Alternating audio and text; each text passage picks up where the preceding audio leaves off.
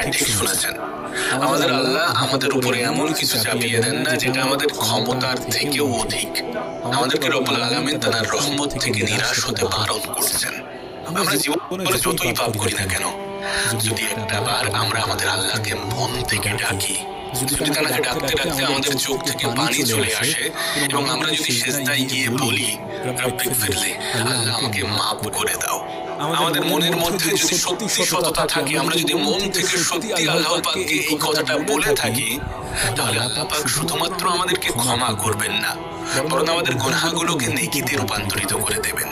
খারাপ কাজ করার পরে যেন আমাদের মনে অনুশোচনা কাজ করে, অবশ্যই কাজ করাটা প্রয়োজন।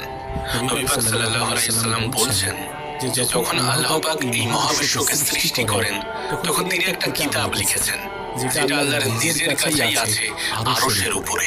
সেখানে আল্লাহ পাক লিখে রেখেছেন প্রতিটা ক্ষেত্রে আমার রহমত, আমার দয়া, আমার করুণা, আমার গজবকে পরাজিত করেছে।